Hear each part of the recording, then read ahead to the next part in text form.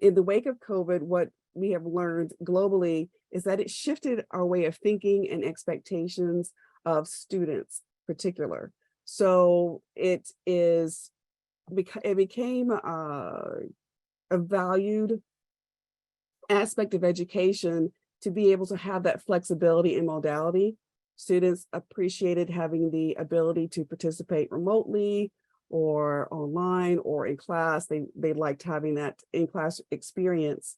And so it's being recognized that having these blended online spaces is as critical as the physical campus to students.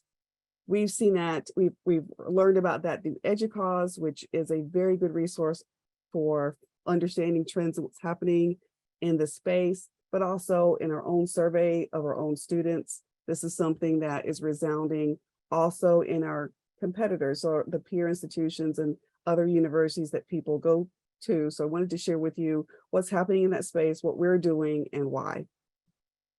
So basically, there's two aspects of this. One is the actual physical classroom and adapting that so that it is a rich experience. Learners are looking for that engagement and that involvement, and in the online space for having that experience that they would have similar to being in the classroom. And when we look at peer institutions, what we see, for example, in the University of Illinois in Chicago, is their Back to Campus it featured a lot of flexibility to allow students to join remotely as needed. And that has been an ongoing focus for this university. So you see there the different types of learning that they're fostering.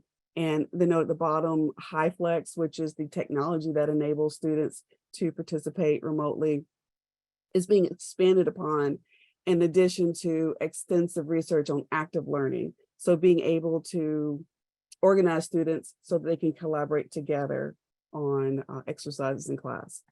That is a focus not on that university, but also we see another peer institution, University of Maryland in Baltimore, is expanding their program. So they always had this engineering room, and that was kind of their showroom, their kind of starting process. Since then, they have developed that. So they piloted a video conferencing system. And now post-COVID, they're continuing to upgrade all their classrooms to have a more seamless experience for users. So that's yet a second example. We also see within the UMass campus a focus on hybrid learning. We are seeing that their goal is to have all of their classrooms equipped with HiFlex, which is the general term for Beacon Flex, to allow students to participate remotely or in person, however way they wish to learn. Their goal is to have the students have the same experience as the on-site learning experience when they're off-site. And they also have the commitment for the vet school in Camp Ida. So that is a purchase the university has made, and they have an ongoing commitment to make sure that that is an experience that the students can participate in person and also remotely. So there has been, I guess to summarize this, what we're describing or what we see is an overall trend. So whereas before we have a projector and fixed seating and that was good enough, we see a trend pulling us towards HiFlex, Beacon Flex enabled classrooms, and even now more to full engagement, where you have that interaction where a student can be sitting at home and see what's going on in class and participate in it actively. So to give you more of a visual of what that looks like, these are some examples of the ultimate goal. So that you have the students where, for example, in the classroom, you can see the students that are participating, and the students that are participating can see what's happening in that classroom environment. Even though they're remotely, they're getting the same experience. So that is again, the ultimate goal. So the university has recognized that this is something that students are looking for, and this is also something that is important for a competitive advantage within the university system.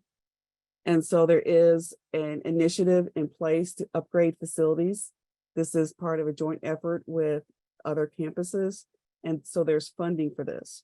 So there is, when Apurva has this talk, again, that's July the 12th, it can provide more information on this initiative, but wanted to let you know that this is something that is coming. This is also important if you're a student, of course, you know, you want to know what's coming. And also, as if you're a member of faculty, this is also important because it's not just about the equipment. It is being able to utilize that equipment effectively and have it tie into and adapt to the way that you're teaching your courses. So a way to potentially stay ahead of the curve is to kind of look at this trend is coming. It's actually already coming to the campus. What can I, if I'm a faculty member, do to modify my courses? We do have a resources to here to help you. And Irene is a member of the staff who is focusing on helping with this pedagogy. There's also a mentor in this program that she can also help connect you with. So you have help. And again, just wanted to make you aware that this is becoming more and more of a priority